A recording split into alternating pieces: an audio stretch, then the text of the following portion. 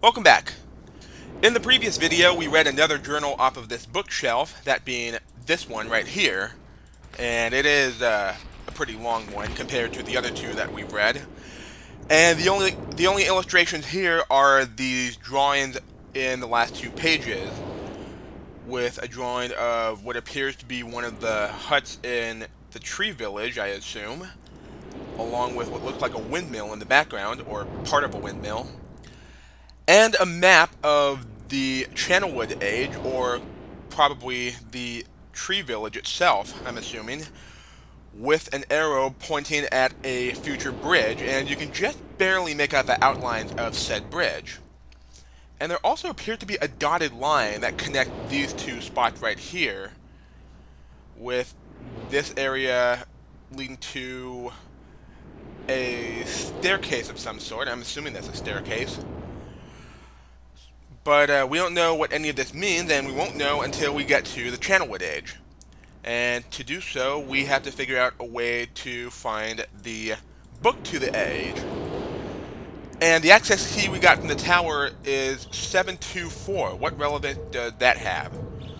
Well, we didn't really explore this log cabin here, so let's step inside and see what we can find. Not much, apparently. There's a painting of the tree surrounded by the brick wall, as well as what is that? Like a a heater or something, or a boiler. And there's a wheel here that we can turn.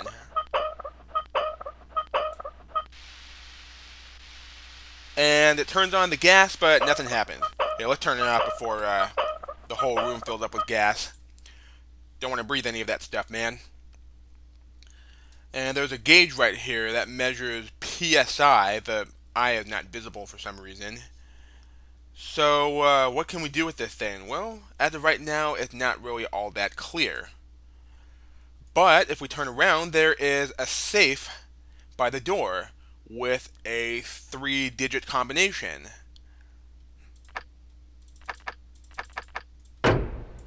Apparently, 123 is not the combination. That's a combination an idiot would have on his luggage. But yeah, I think it's pretty clear what the combination is here. It is the combination we saw up in the tower, 724. And inside is a matchbox. Boy, talk about safety. I mean, are you really that concerned about starting a fire that you have to put your matches inside a freaking safe?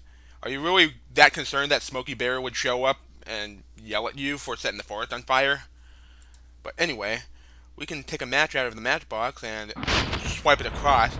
Yeah, just move the cursor across the side of the box. You don't have to, like, click and drag or anything. And one thing I want to point out, if you try to step outside with the lit match, then the match goes out. I mean, it kind of makes sense. I mean, considering how windy it is out there, the wind most likely blew the fire out. Anyway, let's go ahead and light up the pilot light here and start turning this wheel, and we now activate this boiler. I'm assuming it's a boiler. And let's see what happens when we turn the wheel all the way. Kind of sounds dangerous, but let's just see what happens when we do so. I don't know why the wheel turns so slow here. In the original Myst, I do remember the wheel turning very fast when you hold down the mouse button and turn it.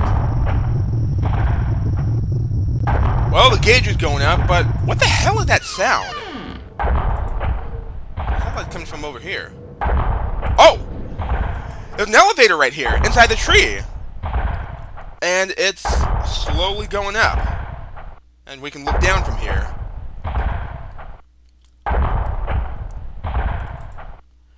And we're continuing going up and up.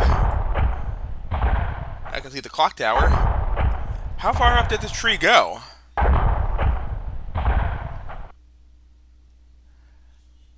I guess that answers my question. It stopped going up. Whoa, that's a long way down.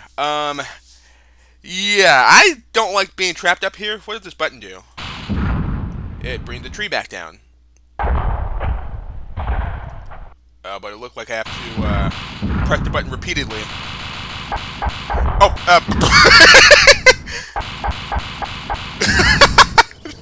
I did not intend to do that. I'm so sorry. And here we can watch the elevator continue to go upward.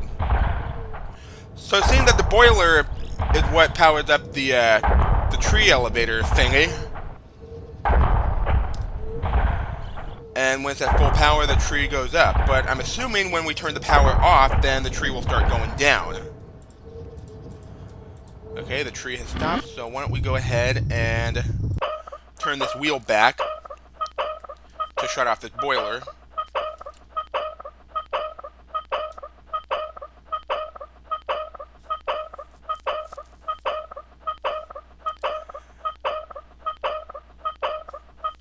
Now in real Myst, you can actually click and drag the wheel instead of like holding it down.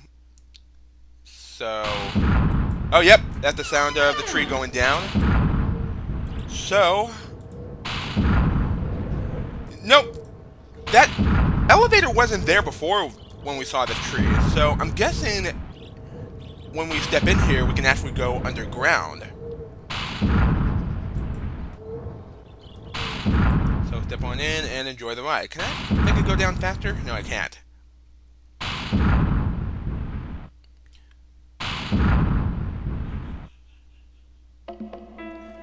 And here we are. And there is the book to the Channelwood Age. But before I open it, if we turn around, there's another wheel by the elevator, which also activates the boiler upstairs in the cabin. And I'm going to turn it all the way so I can save some time for when I come back here to get the other page from this age. Trust me, it'll save me a lot of time. Anyway, here is the book to the Channelwood Age. And there is indeed a windmill there. And I saw one of the huts in the tree village. Now the friggin' elevator is really overlapping the music. And this is really nice music too. Will it stop if I click on the Lincoln panel? Yes, it will. So we can enjoy the music and the flyby. Kind of a neat looking age with a bunch of tall trees and the village in the middle of the forest. And there's also that one rocky island that was briefly mentioned in the journal.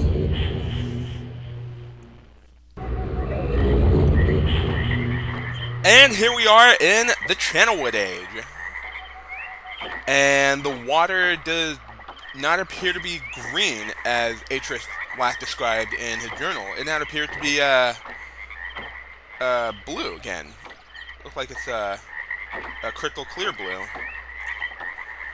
So, let's see what we got here. Well, we got the trees, of course, and we appear to be on one of the wooden walkways with some pipes running along them. And there is a valve right here at the fork of the walkway. And we can switch the sides of the valves here. What purpose do they serve? Well, we shall find out soon. Let's go this way. Oh, this little fork right here doesn't have a valve. And it leads to what I'm guessing is some sort of a generator with a lever, which does nothing. And the path ends right here. Can't swim across because, you know, the stranger is afraid of water. So again, he must really hate this age. This walkway leads to a dead end, although the pipe continues going into the water. What else do we have here? I see another broken path right here, and the pipe cut off here as well. That's kind of pointless. And over here is what looks like an elevator. But unfortunately, it has no power, so we're going to have to come back here when we find out a way to activate it. There's the windmill over there, but let's see what's over here first. We have what appears to be a door, which is locked, and it leads to a spiral staircase. And another one of the generator things with some rope leading upward. Can't look up from here, so I can't really see where the rope leads to. But let's go ahead and check out this little island here. And the pipe becomes a hose that continues on up this path. And I hear some water running. There's a little lever right here, which cut the flow of the water. Kind of pointless. And we can look back here and see that the pipe starts off in the ocean, which would explain where all the water is coming from. And you can see the shadow of the windmill here. That's attention to detail with the windmill shadow rotating. And there is a valve right here to turn the waters on, or turn the hose on. And if we step back outside, we can hear the water continuing to flow through the hose and into the pipes. So we got some water flowing throughout the pipes and the walkways now. So what can we do with that? Well, that question shall be answered in the next video. So take care, everyone.